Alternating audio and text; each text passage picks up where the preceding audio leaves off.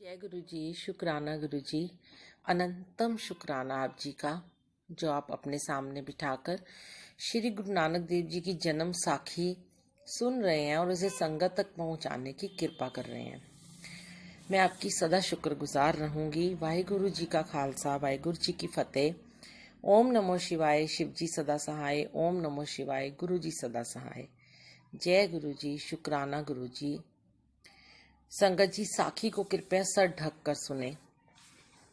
साखी आगे चली। साखी सिद्धों की। गुरु जी अनेकों नगरों के नर नारियों को पवित्र उपदेश करते और हमें अपने साथ लेकर चले जा रहे थे। अचानक मार्ग में गोरखनाथ अपने 20 सिद्धों के साथ आ मिला। परस्पर शिष्टाचार के पश्चात अनेक प्रश्नोत्तर हुए। उत्तर सुनकर गोरखनाथ और उसके सिद्ध साथी अति प्रसन्न हुए। सभी ने गुरुजी की महान स्तुति की। गुरुजी ने मुझे बाले को कहा, हे बाला, हमारी बहन नानकी हमें स्मरण कर रही है। हमारा विचार है कि सुल्तानपुर चलें। बस फिर हम सब सुल्तानपुर पहुंच गए। तुलसा गोली ने नानकी जी को जाकर कहा, भौजी आपके भाई आ रहे हैं। और फिर गुरु नानक देव जी अपनी बहन बीबी नानकी देवी से मिले। दोनों ओर बहुत प्रसन्नता हुई। नानकी जी ने कहा, हे भ्राता जी, मैंने आज ही आपको याद किया। गुरुजी ने कहा, हमारे वो भाग्य हैं जो आपके दर्शन हो रहे हैं। फिर गुरुजी कुछ समय नानकी जी के पास रहे। श्री चंद से मिलकर बहन जी से गुरुजी ने विदा मांगी और वहां से रवाना हुए। एक लड़के की साखी। गुरुजी जाते आते एक चनों के क्षेत्र में गए। वहां एक लड़का चनों की होला बना रहा था। मर्दाने ने कहा, हे गुरुजी, हमें भी होला मिले तो मन इच्छा पूर्ण हो।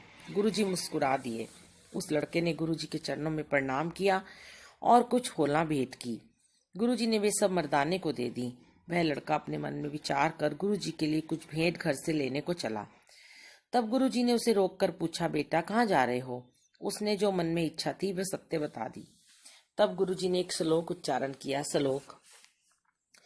सथर तेरा लेफ निहाली, भाव तेरा पकवान, नानक सिफती तिपतिया, आओ बैठ सुल्तान। गुरुजी ने कहा, हे बेटा, हम तो प्रेम भाव के भूखे हैं, पकवानों के भूखे नहीं हैं। इस प्रकार का पवित्र उपदेश करके और उस लड़के का लोक परलोक संवार कर गुरुजी आगे की ओर रवाना हुए। साखी गोविंद लोगों की। एक दिन गोविंद लोग गुरुजी के निकट आकर कहने लगे, हे महाराज, हम कुछ ईश्वर संबंधी भजन कीर्तन सुनना चाहते हैं। गुरुजी उनकी बात सुनकर बहुत प्रसन्न हुए और उनकी स्तुति की। गुरुजी को वे लोग अति प्रिय लगे। गुरुजी ने कहा, हे सज्जनों, जो कुछ तुम्हारे मन में आए वे पूछो, हम उत्तर देंगे। तब उन लोगों ने निम्नलिखित प्रश्न किए। उस परमेश्वर का रंग कैसा है? उस कर्ता का आदि अंत किससे हुआ है? परमेश्वर स्वयं क्या वस्तु है? गुरुजी ने उत्तर दिया, हे भक्तजनों, परमात्मा की माया बेअंत है, उसका अंत कोई नहीं पा सकता। वह ईश्वर शुक्ल पक्ष और कृष्ण पक्ष का है, जो पितरों का दिन और रात्रि है। अनंत वर्षों के पश्चात विष्णु जी का एक दिन व्यतीत होता है। विष्णु जी की समस्त आयु का शिव का एक दिन होता है। इस प्रकार के 100 वर्ष शिव की आयु है, इसलिए माया का कोई अंत नहीं पा सकता। परमेश्वर की एक पलक सृष्टि है और पलक का बंद होना महाप्रलय काल है। जिसकी माया का कोई अंत नहीं है, तो उस माया के स्वामी के लिए कौन कुछ कह सुन सकता है। फिर गुरुजी ने राग गुजरी में एक शब्द उच्चारण किया। राग गुजरी महल्ला पहला। नाभि कमल ते ब्रह्मा उपजे, वेद पधे मुख कंठ सवार, ताको अंत न जाई लखना, आवत जात रह गुबार। प्रीतम क्यों बिसरे मेरे प्राण आधार, जाको भगत करे जन पूरे, मुंजन सेवे गुर प्राण रहाओ। रव सस दीपक जाके त्रिभुवन, एका ज्योत मुरार, गुरमुख होए सो अहनिस निर्मल, मनमुख रैन अंधार। सिद्ध समात करे नित चगरा, दुहु लोचन किया हेरै, अंतर जोत सबद तुन जागै, सदगुर चगर निबेरै। सुर नर नाथ बेअंत अजोनी, साचै महल अपारा, नानक सहज मिले जगजीवन, नदर करो निस्तारा। इस पवित्र उपदेश से समस्त लोग अति प्रसन्न होकर अपने अपने स्थान को रवाना हुए। इसी प्रकार श्री गुरु नानक देव जी अनंत लोगों के संशय भ्रम नाश किए तथा अनेकों का कल्याण किया। बड़े बड़े नास्तिक जो ईश्वर की सत्ता से विमुख थे और नरकगामी बनते जा रहे थे, उनको सत्ता मार्ग का उपदेश देकर उनको स्वर्ग सदन के अधिकारी किया और अनेकों के भव बंधन काट कर मुक्त कर दिया। सत्य ये है कि सद्गुरु श्री नानक देव जी महाराज कलयुगी जीवों के हित के लिए ही इस संसार में अवतार धारण करके आए और नरकों का मार्ग रोक लिया। गुरु जी ने नाम के आधार पर लाखों के बेड़े पार किए हैं। उदासी दूसरी। जिस समय गुरु नानक देव जी महाराज दूसरी उदासी धारण करके चले, उस समय संवत 1566 विक्रम था तथा गुरु जी की आयु उस समय 1 मास कम 40 वर्ष की थी। महाराज का पवित्र दाढ़ा ठीक स्याह वर्ण का था। जाने के समय मर्दाने ने पूछा, हे गुरुदेव, अब किधर जाने का विचार है? गुरु जी ने कहा, हे मर्दाना, अब कुछ तीर्थों पर जाने का विचार है। गुरु जी ने पवन आहार का व्रत लिया। 1 वस्त्र अंबुबे वर्ण का और 1 वस्त्र श्वेत और 1 जूते का जोड़ा। गले में कफनी और शीश पर टोपी धारण की तथा कलंदरी माला और माथे पर तिलक लगाया और उदासी का भेष किया। रास्ते में शेख वजीद मिला। वह जाति का सय्ये था। वह एक वृक्ष के नीचे उत्तर पड़ा। उसके आदमी सेवा करने लगे। मर्दाने ने कहा, हे गुरुजी, ईश्वर एक है अथवा 2? गुरुजी ने कहा, हे मर्दाने, ईश्वर तो एक ही है। तो मर्दाने ने कहा, वह जो सुखपाल पर सवार होकर आया है, ये किसकी संतान है? मैं हैरान हूं कि वह तो सवार होकर आया है और सेवा करने वाले पैदल भार उठाकर लाए हैं, परंतु सवार तो थका हुआ है। बेचारे उसकी मुट्ठी चापी कर रहे हैं जो पैदल ही आए थे। ये सुनकर गुरुजी महाराज ने नीचे का श्लोक उच्चारण किया। श्लोक। जन्म के तप किए पोले सहे अड़ंग, तब के थाके नानक अभी मुंडाए अंग। तब तिसका परमार्थ कहा है। गुरुजी कहने लगे, हे मर्दाने, तप करने से राज्य की प्राप्ति मानी है और राज्य का परिणाम नरक है। जो जीव जन्म लेता है वह पूर्व काल के साधित कर्म जो प्रारब्ध में है उनके फल दुख सुख साथ ही लाता है। सो करतार का रंग देखता जा। मर्दाने ने गुरुजी के चरणों में साष्टांग प्रणाम किया। अब गुरुजी वहां से बनारस काशी में जा विराजे। एक पंडित जिसका नाम चतुरदास था, वह गुरुजी के वेश को देखकर आपके निकट आया और नमस्कार करके बैठ गया और कहने लगा, हे भक्तवर, तुम्हारे पास ना तो शालग्राम की मूर्ति है और ना ही तुलसी की माला है और गोपी चंदन का तिलक भी नहीं है। फिर अपने को संत कहते हो, भेष साधुओं जैसा बना रखा है। क्या इसी का नाम भक्ति है? गुरुजी ने चतुरदास को उत्तर देने की जगह पर मर्दाने को कहा, मर्दाना, रबाब बजाओ। मर्दाना रबाब बजाने लगा। तब गुरुजी ने नीचे लिखा हुआ शब्द उच्चारण किया। राग बसंत महल्ला पहला। शालग्राम बिपूज मनावो, सुकृत तुलसी माला। राम नाम जब बेड़ा बांधो, दया करो दयाला। काहे कलरा सिंचो जन्म गवावो, काची ढैग दीवाल काहे गच लावो रहाओ। पंडित ने कहा, हे महाराज, आपने ये तो सत्य ही कही है, परंतु जिससे परमात्मा मिले वे कौन सी रीति है? तब गुरु जी ने नीचे लिखी पौड़ी का उच्चारण किया। पौड़ी। काम क्रोध दोए कर बसोले, गोढ़ो धरती माई पाई। ज्यो गोढ़ो त्यो तुम सुख पावो, किरत ना मेटिया जाई। फिर पंडित जी ने पूछा, हे भगत जी, धरती को नम दिए बिना ही किस प्रकार बोए और माली किस विधि को अपनाकर जाने? फिर गुरु जी ने तीसरी पौड़ी कही। कर हरिहट माल ठिंड परोवो, जितिस भीतर मंजोवो। अमृत सिंचो परो कियारे, तो माली के होवो। तब चतुरदास ने कहा, आप तो परम हंस हो और हम मत मलिन हैं, बगले की भांति हैं। तब गुरु जी ने चौथी पौड़ी उच्चारण की। बगुले ते फुन हंसला होवे, जेतु करे दयाला।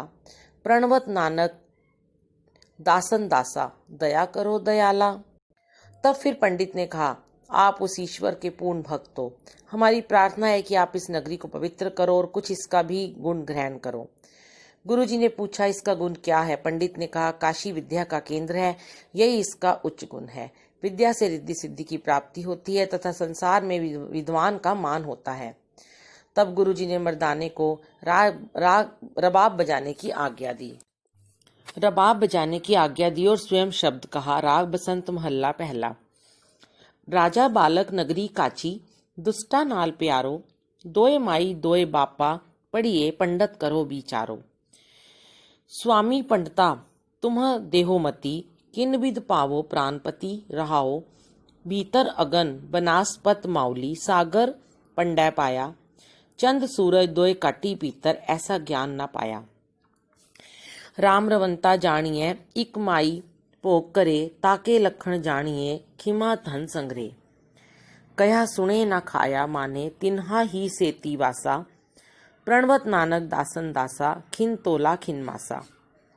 फिर पंडित चतुरदास ने कहा, हे भक्तवर, ये जो हम लोग दुनिया को पढ़ाते हैं, उस विद्या से कुछ परमार्थ भी सुधरता है अथवा नहीं? गुरुजी ने कहा, हे पंडित जी, स्वयं क्या पढ़े हो और क्या कुछ लोगों को पढ़ाते हो, वे बताओ। पंडित ने कहा, अक्षर बोध से वेद शास्त्र आदि का ज्ञान सिखाना हमारा काम है। तब गुरुजी ने यह शब्द उच्चारण किया, माउली ओम अंकार ब्रह्मा उत्पत, ओम अंकार किया जिन जिन चित, ओम अकार सैल जुग पय, ओम अंकार वेद निर्मय, ओम अंकार सबद उधरे, ओम अंकार गुरमुख तरे, ओनम अक्षर सुनो विचार, ओनम अक्षर त्रिभुवन सार। सुन पांडे क्या लिखो जंजाला, लिख राम नाम गुरुमुख गोपाला रहाओ। तब गुरुजी ने ओंकार की 49 पौड़ियां उच्चारण की। तब पंडित चतुरदास गुरुजी के चरणों में गिर पड़ा और गुरुजी का सेवक बनकर नाम जपने लगा। साखी नानक मते की। श्री गुरु नानक देव जी महाराज हमें साथ लेकर नानक मते जा पहुंचे। वहां आपने एक वट वृक्ष के नीचे डेरा डाला। वह बोहड़ का वृक्ष सूखा हुआ था। गुरुजी के आगमन से वह वृक्ष सारा सब जो गया। तब सिद्धों ने देखकर कहा कि यह कोई महापुरुष हैं। तब सिद्धों ने गुरुजी से पूछा, आप किसके शिष्य हो और किससे दीक्षित हुए हो? गुरुजी ने उनके उत्तर में शब्द का उच्चारण किया, सुही महल्ला पहला। कौन तराजी कवन तुला, तेरा कवन सराब बुलावा, कौन गुरु कै पह दीख्या, लेवा कै पह मुल करावा। मेरे लाल जियो तेरा अंत न जाना, तू जल थल महियल भरपूर लीना, तू आपे सरब समाना रहाओ। मन ताराजी चित तुला, तेरी सेव सराफ कमावा, काटी पीतर सौ तोली, इन विध चित रहावा। आपे कंडा तोल तराजी, आपे तोलन हारा, आपे देखा आपे बूझा, आपे है वंजारा। अंधुला नीच जात परदेसी, खिन आवे तिल जावे, ताकि संगत नानक रहदा, क्यों कर मूड़ा पावे। तब सिद्धों ने कहा, हे बाला, तुम योगी बनो और भेष बदलो। तब गुरुजी ने कहा, ये सुनकर सिद्ध आदेश कहकर कहने लगे, ये कोई महान पुरुष है जिसके विश्राम करने से सूखा हुआ बट वृक्ष हरित हो गया है। तब सभी सिद्धों ने दंडवत प्रणाम करके और अनेक प्रकार के स्तुति करके रवाना हुए। वंजारे की साखी। अब श्री गुरु नानक देव जी महाराज वंजारों की बस्ती की ओर गए और वहां जाकर अपना आसन बिछाकर बैठ गए। एक वंजारे के घर में पुत्र उत्पन्न हुआ। तब बहुत से लोग उसे बधाई देने आते थे और वह वंजारा प्रत्येक याचक को कुछ न कुछ दान देता था। परंतु उस वंजारे ने श्री गुरु जी तथा बाले मर्दाने को कुछ भी अर्पण ना किया। तब मर्दाने ने कहा, मुझे यदि गुरु जी आज्ञा दें तो मैं भी इस वंजारे से कुछ याचना करके ले आऊं। मर्दाने की बात सुनकर सर्वज्ञ गुरु जी हंसने लगे और कहा, हे मर्दाने, इसके घर में पुत्र के रूप में करजाई पैदा हुआ है। ये 4 पहर रहकर चला जाएगा। अब जैसे तुम्हारी इच्छा है करो। इतना स्मरण रखना कि यदि तुम उसके द्वार पर याचना के लिए जाओ तो मौन ही धारण करना, कोई भी आशीर्वाद नहीं देना होगा। मर्दाने ने वैसा ही किया, अर्थात चुपचाप खड़ा रहा। परंतु किसी ने भी मर्दाने की बात तक नहीं पूछी। अंतोद्गत्वा मर्दाना वैसे ही लौट आया। आकर श्री गुरु जी को कहने लगा, हे गुरुवर, मुझे तो किसी ने मुख से बुलाया तक नहीं। गुरु जी कहने लगे, हे मर्दाना, तुम रवाब बजाओ। तब मर्दाने ने रवाब बजाना आरंभ किया। जब दूसरा दिन चढ़ा तब वह लड़का स्वर्गवास कर गया। कल जहाँ बधाई और मुबारकें मिल रही थी, वहां आज अनेक प्रकार से रुदन हो रहा है। ये देखकर मर्दाने ने गुरु जी के चरणों में प्रार्थना की कि हे सर्वज्ञ गुरुदेव, ये क्या हो रहा है? आप कृपया इसके लिए उच्चारण करो। गुरु जी ने मर्दाने की प्रार्थना स्वीकार की। गुरु जी बाला और मर्दाना को संग लेकर आगे की यात्रा को चल दिए। 2 सिखों की साखी। फिर बाले ने कहना आरंभ किया, सदगुरु श्री गुरु नानक देव जी हम दोनों को साथ लेकर आगे चले।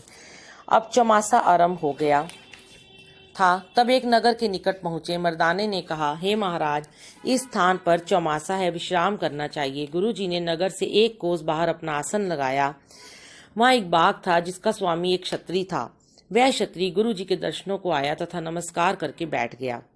कुछ काल बैठकर चला गया। इसी प्रकार वह क्षत्रिय प्रतिदिन गुरु जी के निकट आता और फिर कुछ समय के पश्चात चला जाता था।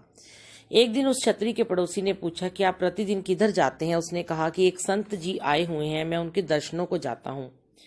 उस पड़ोसी ने कहा कि मुझे भी अपने साथ ले चलो। तब उस क्षत्रिय ने कहा कि यदि आपको भी श्रद्धा है तो आप भी चले चलो। दूसरे दिन वह दर्शनों का प्रेमी जब चलने लगा तो वह पड़ोसी दुकानदार भी उसके साथ हो लिया। रास्ते में एक रंडी का घर था। वह पड़ोसी तो रंडी के घर चला गया और वे क्षत्रिय श्री गुरु जी के निकट आ गया।